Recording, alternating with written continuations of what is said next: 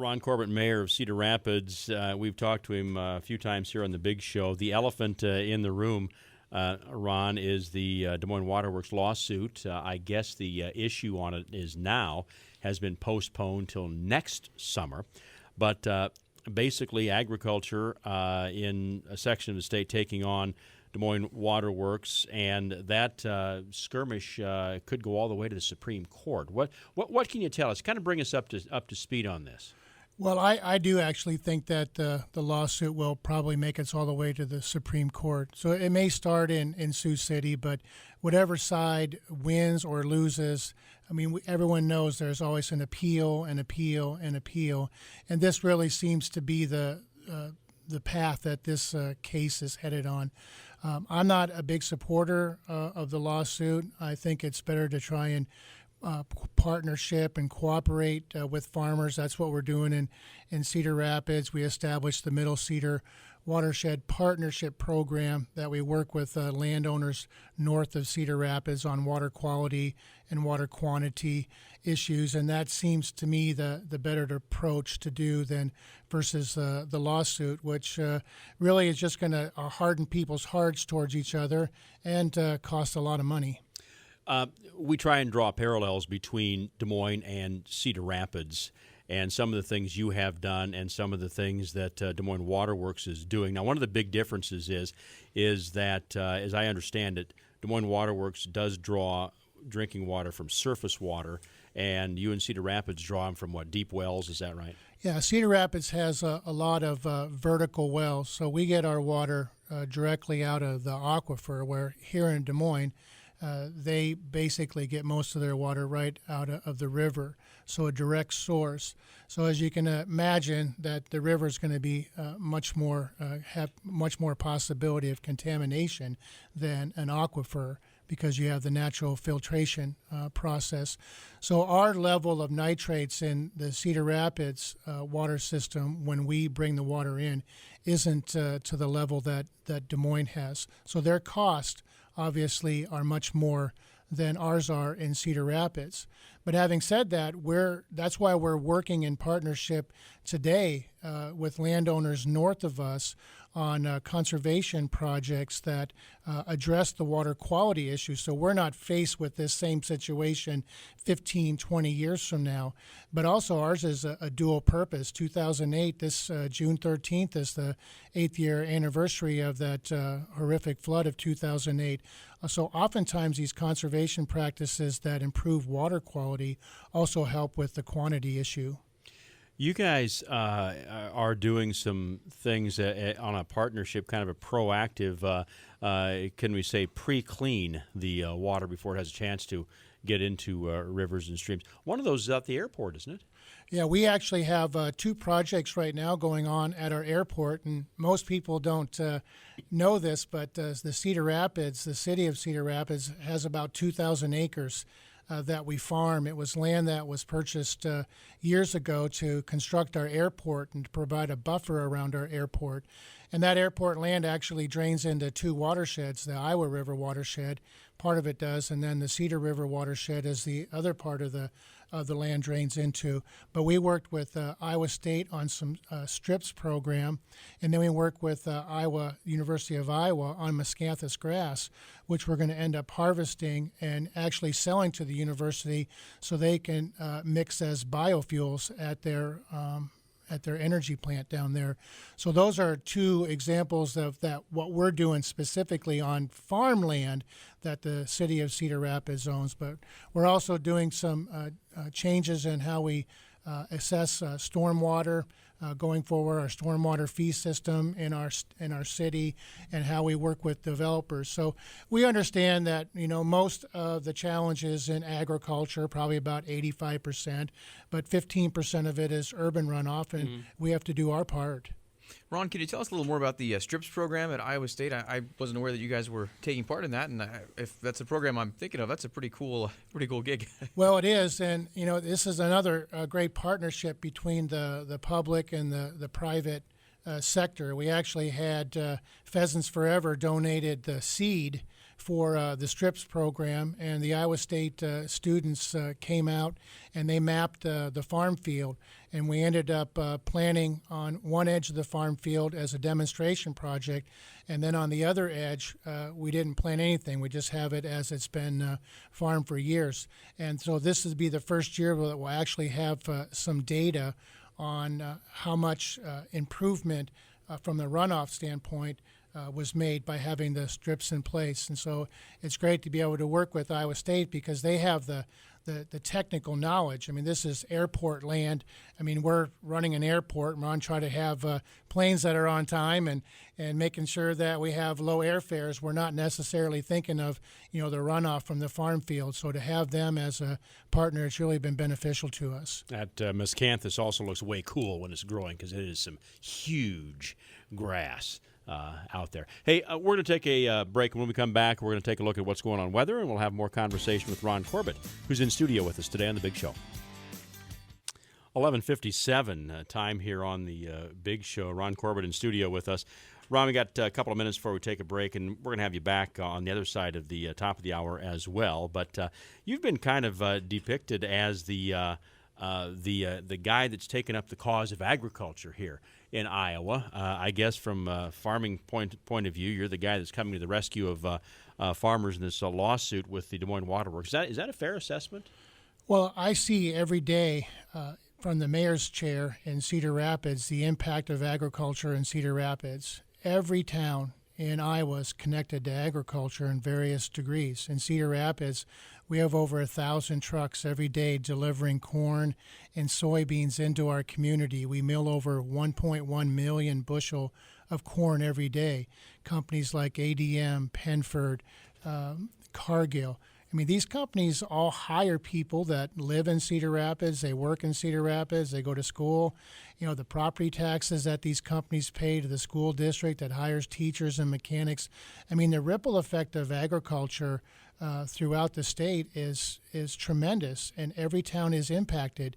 And we see when farmers aren't getting the price they need on their commodities, they cut back. And when they cut back, John Deere has to lay off, Kinsey Manufacturing has to lay off, and state revenues start to slump.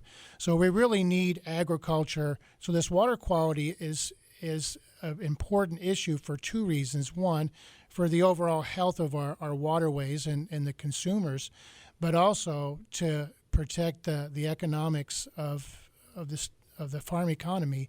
We can't afford lawsuits, and worse, I'm really concerned about the EPA lurking and coming in with massive regulations that can destroy this industry as they've done to timber and as they've done to coal.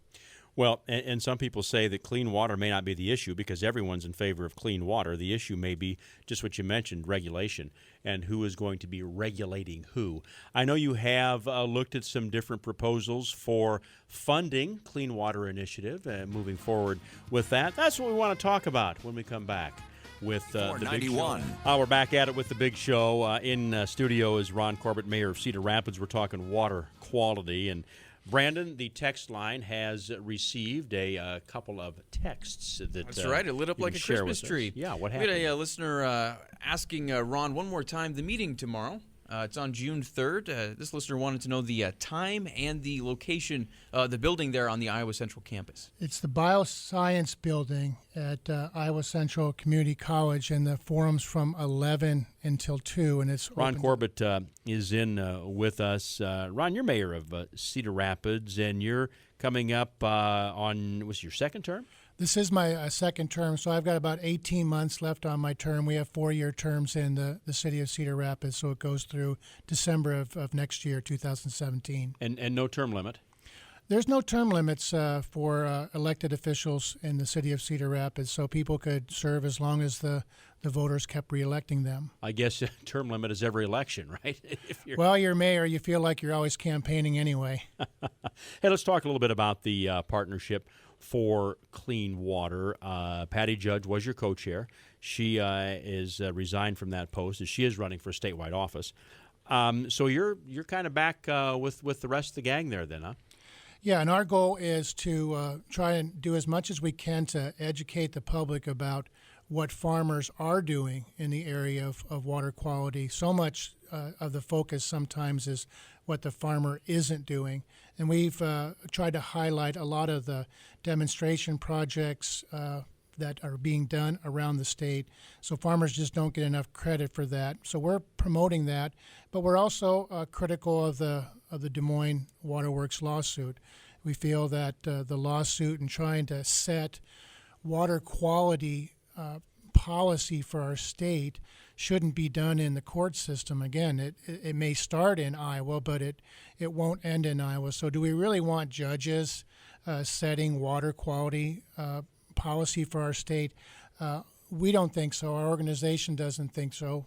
We think the public, the citizens of Iowa, should set that policy, not courts. And worse would even be the EPA coming in and dictating water policy for our state. If there is going to be a type of regulation or permitting process or any kind of, regulation, all that's going to cost. And I know you have been working on a program and have some ideas for funding that program. Well, we know the court case is going to cost money, and we know the EPA regulations will cost money.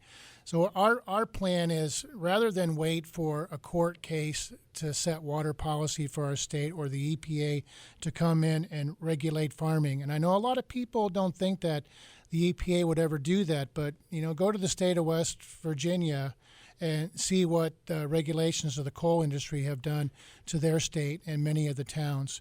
The best way to prevent court cases and the best way to prevent EPA regulations is to take care of this issue ourselves. And we've been advocating a plan. It's really a three-pronged plan, a three-legged stool, I guess.